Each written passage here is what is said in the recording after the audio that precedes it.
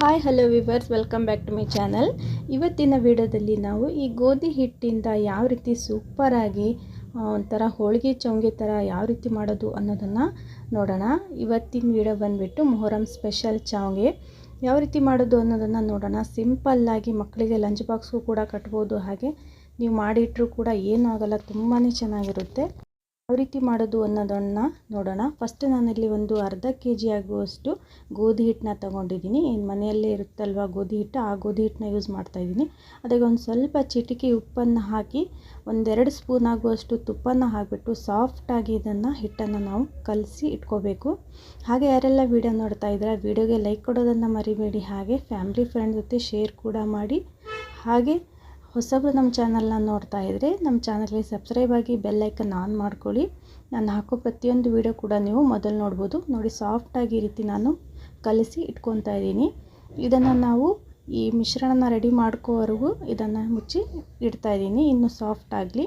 ಬನ್ನಿ, ಇವಾಗ ನಾನು ಒಂದೆರಡು ಕಪ್ ಆಗೋಷ್ಟು ಹುರ್ಕಡ್ಲೆನ ಈ ರೀತಿ ಸ್ವಲ್ಪ ರೋಸ್ಟ್ ಮಾಡ್ಕೊಂಡ್ಬಿಟ್ಟು ಇದನ್ನು ಪೌಡ್ರ್ ಮಾಡ್ಕೊತಾ ಇದ್ದೀನಿ. ಹಾಗೆ ಅದೇ ತವಾಗೆ ಗಸಗಸೆನ ಹಾಕ್ಕೊಂಡ್ಬಿಟ್ಟು ಅದು ಕೂಡ ಸ್ವಲ್ಪ ರೋಸ್ಟ್ನ ಮಾಡ್ಕೊತಾ ಇದ್ದೀನಿ.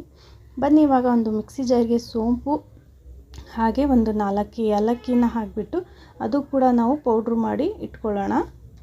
ತುಂಬಾ ರುಚಿಯಾಗುತ್ತೆ. ಹಾಗೆ ಪದೇ ಪದೇ ಮಾಡ್ತಾನೆ ಇರ್ತೀರ. ಹಾಗೆ ಇದು ಸ್ಟೋರ್ ಮಾಡಿ ಕೂಡ ಇಟ್ಕೋಬೋದು ಈ ಮಿಶ್ರಣನ ನೀವು. ನಿಮ್ಗೆ ಯಾವಾಗ ಚಪಾತಿ ಹಿಟ್ಟು ನಾದ್ಕೊಳ್ತೀವೋ ಆವಾಗಲೇ ನೀವು ರೆಡಿ ಮಾಡ್ಕೋಬೋದು. ಹಾಗೆ ನಾನು ಒಂದು ಸ್ವಲ್ಪ ಕೊಬ್ಬರಿ, ಒಣ ಕೊಬ್ಬರಿ ಕಾಯಿ ತುರಿ, ಹಾಗೆ ಈ ಸೋಂಪು ಏಲಕ್ಕಿ ಪುಡಿ, ಹಾಗೆ ಸ್ವಲ್ಪ ಗಸಗಸೆ ಹಾಕಿಬಿಟ್ಟು ಚೆನ್ನಾಗಿ ಮಿಕ್ಸ್ ಮಾಡ್ಕೊಂಡಿದ್ದೀನಿ. ಈ ಹುರ್ಕಡಲೆ ಹಿಟ್ಟನ್ನ ಮಾಡ್ಕೊಂಡ್ಬಿಟ್ಟು ಹಾಗೆ ರುಚಿಗೆ ತಕ್ಕಷ್ಟು ನಿಮ್ಗೆ ಎಷ್ಟು ಸಿಹಿ ಬೇಕೋ ಅಷ್ಟು ಬೆಲ್ಲನ ಆ್ಯಡ್ ಮಾಡ್ಕೊಳ್ಳಿ.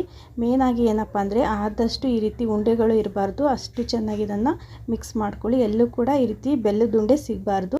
ಈ ಮೀಡಿಯಮ್ ಸೈಜಲ್ಲಿ ಒಂದು ಚಪಾತಿ ಹಿಟ್ಟಿನ ಈ ಉಂಡೆನ ತೆಗೆದುಬಿಟ್ಟು ಈ ರೀತಿ ದಪ್ಪವಾಗಿ ಒಂದು ಸ್ವಲ್ಪ ಲಟ್ಟಿಸ್ಕೋಬೇಕು. ಗೋಧಿ ಹಿಟ್ಟನ್ನ ಹಾಕಿ ನಾನು ಲಟ್ಟಿಸ್ಕೊತಾ ಇದ್ದೀನಿ. ಅದರಲ್ಲಿ 1-2 ಸ್ಪೂನ್ ಆಗುವಷ್ಟು ಈ ಹುರ್ಕಡಲೆ ಬೆಲ್ಲದ ಮಿಶ್ರಣ ಮಾಡ್ಕೊಂಡಿದ್ದಲ್ಲ ಅದನ್ನು ಹಾಕಿ ಇದನ್ನು ಈ ರೀತಿ ಮಡಿಸಿಬಿಟ್ಟು ಮೇಲೆ ಏನು ಚೆನ್ನಾಗಿ ಈ ರೀತಿ ಏನು ಹೋಳಿಗೆ ಏನು ಮಾಡ್ತೀವಲ್ವ ಅದೇ ರೀತಿ ಇದು ಕೂಡ ಈ ರೀತಿ ಮೇಲೆ ಹಿಟ್ಟು ಬರುತ್ತಲ್ವ ಅದನ್ನು ಸ್ವಲ್ಪ ಈ ರೀತಿ ತಗೊಂಡ್ಬಿಟ್ಟು ಇನ್ನೊಂದು ಸ್ವಲ್ಪ ಹಿಟ್ಟಾಗಿ ಇನ್ನೂ ಕೆಲವೊಬ್ಬರು ಈ ಅಡುಗೆ ಎಣ್ಣೆಯಲ್ಲಿ ಕೂಡ ಲಟ್ಟಿಸ್ಕೊತಾರೆ. ಆದರೆ ಈ ಗೋಧಿ ಹಿಟ್ಟಿಂದನೇ ಲಟ್ಟಿಸ್ಕೊಂಡ್ರೆ ಇನ್ನೂ ಚೆನ್ನಾಗಿ, ಇನ್ನು ತೆಳ್ಳಗೆ, ಇನ್ನು ಪೂರಿ ಕೂಡ ಉಬ್ಬಿ ಬರುತ್ತೆ. ಚಪಾತಿ ಕೂಡ ಈ ರೀತಿ ನಿಧಾನವಾಗಿ ಲಟ್ಟಿಸ್ಕೋಬೇಕು. ಅದಕ್ಕೆ ನಾನು ಹೇಳಿದ್ದು, ಈ ಟೈಮಲ್ಲಿ ಏನಾದರೂ ಬೆಲ್ಲದ ಉಂಡೆ ಏನಾದರೂ ಇತ್ತಪ್ಪ ಅಂದರೆ ಈ ಟೈಮಲ್ಲಿ ಕಟ್ಟಾಗೋ ಚಾನ್ಸ್ ಭಾಳ ಇರುತ್ತೆ. ಹಾಗಾಗಿ ಆದಷ್ಟು ಈ ಹುರ್ಕಡಲೆ ಬೆಲ್ಲದ ಮಿಶ್ರಣನ ತುಂಬಾ ಗಂಟುಗಳು ಇಲ್ಲದೆ ಥರ ರೆಡಿ ಮಾಡ್ಕೋಬೇಕು. ನೋಡಿ, ಈ ರೀತಿ ತೆಳ್ಳದಾಗಿ ಬರುತ್ತೆ. ಬನ್ನಿ, ಇವಾಗ ಹಂಚನ್ನು ಬಿಸಿ ಮಾಡೋಕ್ಕೆ ಇಟ್ಟಿದ್ದೀನಿ.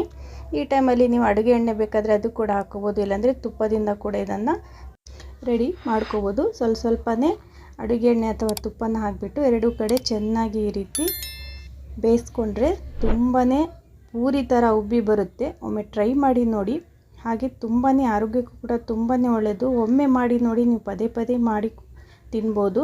ಹಾಗೆ ಸ್ಟೋರ್ ಮಾಡಿ ಕೂಡ ಈ ಮಿಶ್ರಣ ಇಟ್ಕೊಂಡ್ರೆ ನಿಮ್ಗೆ ಯಾವಾಗ ಬೇಕೋ ಆವಾಗ ಮಕ್ಕಳಿಗೂ ಕೂಡ ಲಂಚ್ ಬಾಕ್ಸ್ಗೆ ಅರ್ಜೆಂಟಾಗಿ ಏನಾದರೂ ಕಟ್ಟೋದಿದ್ರೆ ಕಟ್ಬೋದು.